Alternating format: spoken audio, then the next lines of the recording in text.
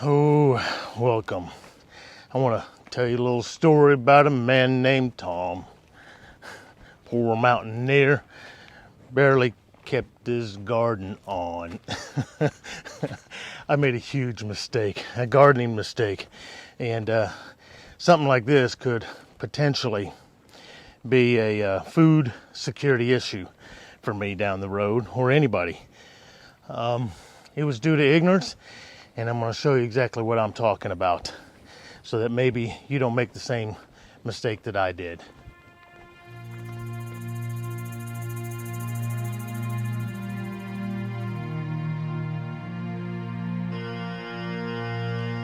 Okay, so what I'm talking about is something that a lot of gardeners have probably experienced at one time or another. But if you're probably one of those types of people like me, you might be labeled as a prepper or somebody that's trying to be more self-sustainable. This could be a potential problem. And that's kind of what I'm trying to focus on when it comes to my gardening practices. This isn't a gardening channel per se, but it's more about self-reliance, more self-dependence, and not because we're selfish, but because we want to put ourselves in a position where we're not controlled and influenced so much by negative outside forces.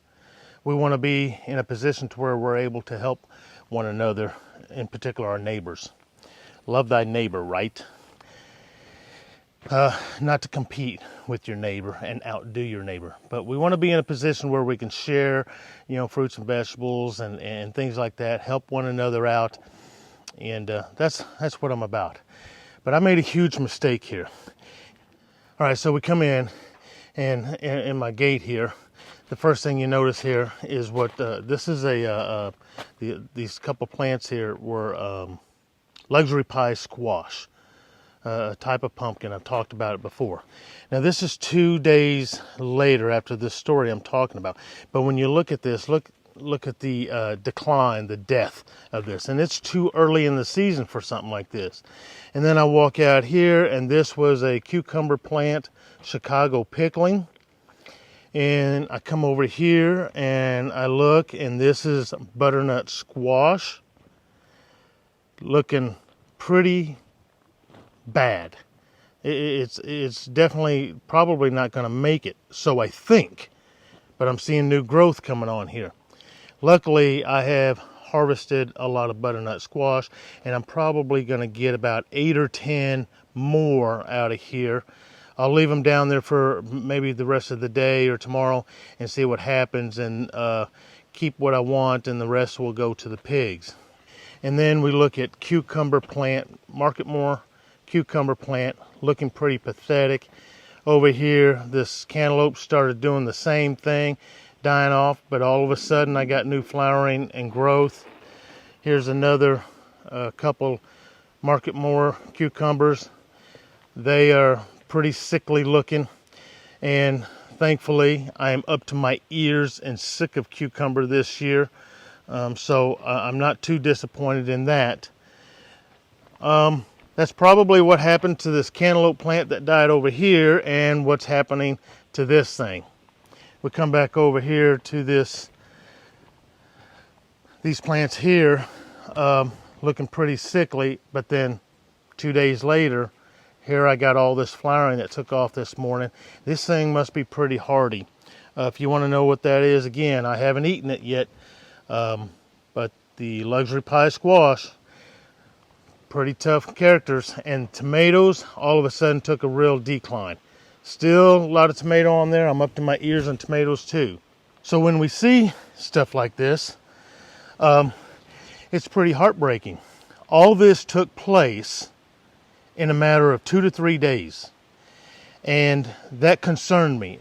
Concerned me, number one, because I want to know what happened so that I don't have to worry about this issue if I made a mistake and did something wrong that might threaten my food supply for myself. And secondly is because I'm sharing things with the natural farming techniques, organic methods, and I'm passing that along because when I decide to come on here online to share these things with people, I don't want to steer anybody wrong. I've been bragging about a lot of stuff and I've had great success. Now we go back to this new growth, like on that luxury pie squash. That's what this whole garden looked like. And then you come out here and you start seeing something and you think, well, maybe the first thing I need to do is give a little bit more water or something. But that's hard to determine sometimes. I don't know about you, but when things start yellowing, you can go online and read books and everything. Well, it turns out too much water or not enough water, too much nitrogen, not enough nitrogen, too much of this, not enough of this. It's back and forth. So sometimes it becomes difficult to make that determination. So first thing I started looking at is my practices. I always look at myself first. There's got to be something that I did or didn't do that has caused something like this to take place. Well, I spent a few hours looking at my homemade fertilizer, my IMOs, the wood chips, tilling those things in, too much water, not enough water. And what I have figured out is no, I got high level confidence of everything that I'm doing and everything's been successful up until this point. So what happened is I started looking elsewhere. Well, here's another little thing that I've been doing. I've been bragging a little bit about all of the beneficials, in particular the assassin bugs that I have in my garden.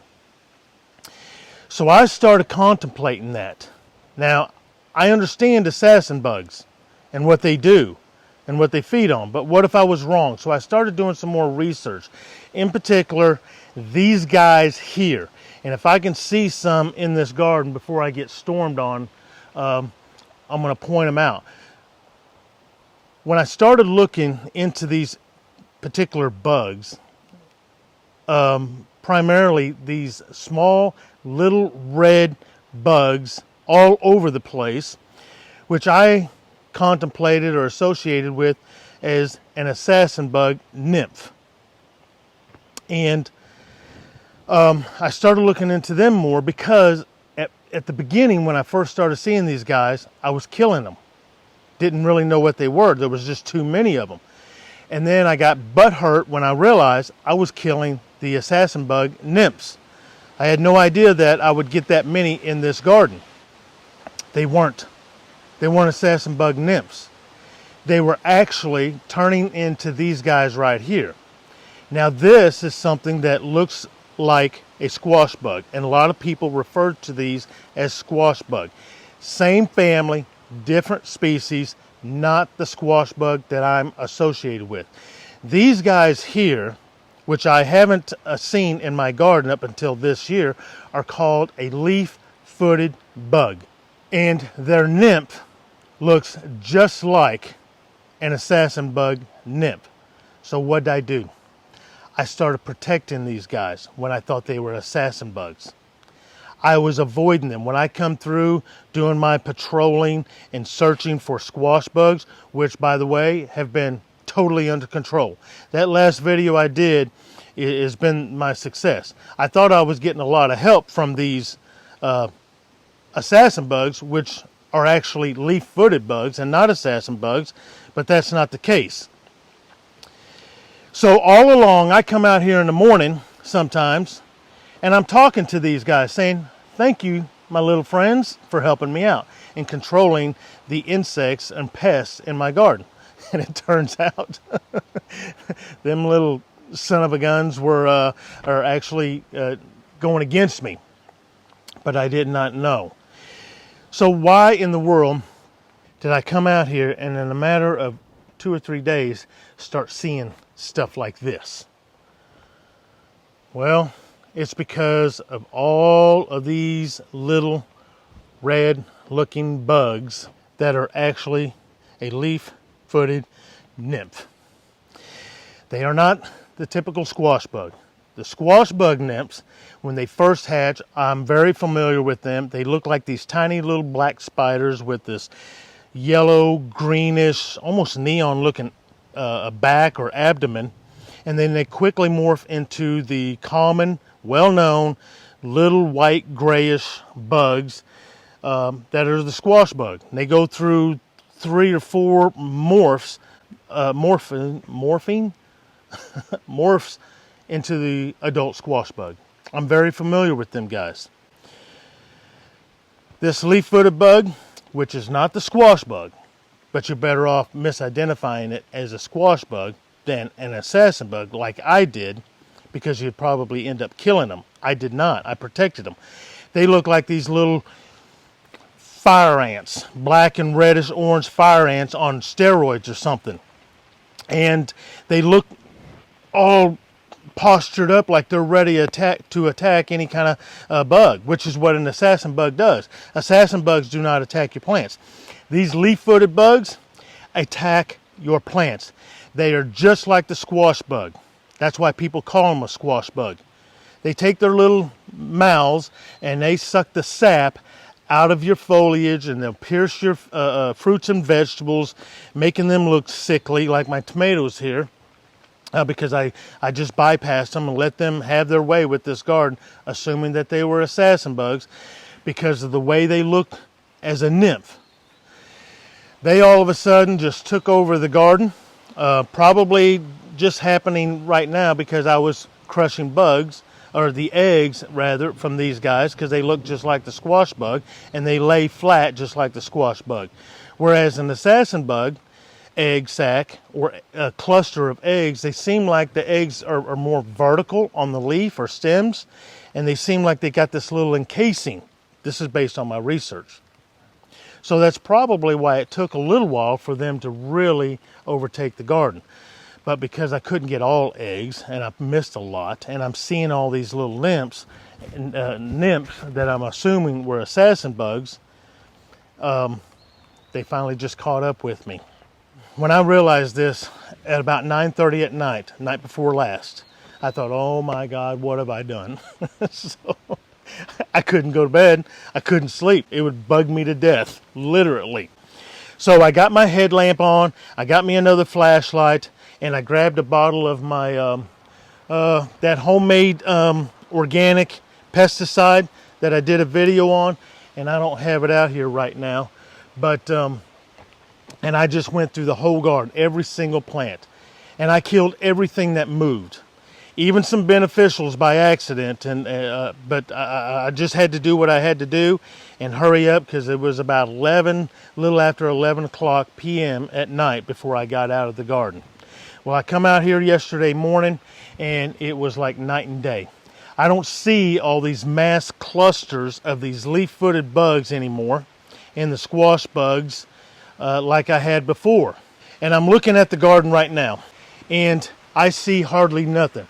Now, I see a few things here, and I'm going to come out right there. I don't know if I can get this guy to focus, but I see a little squash bug there, and I'm having to search pretty hard around these plants here to find any squash bugs, which is understandable, but more importantly, these leaf-footed bugs. This rain's going to help me out, and when it stops raining, I'm going to be right back out here. But it's very difficult for me to find these leaf-footed bugs right now, because I spent a couple hours out here. There is a squash bug. I'll end up getting him.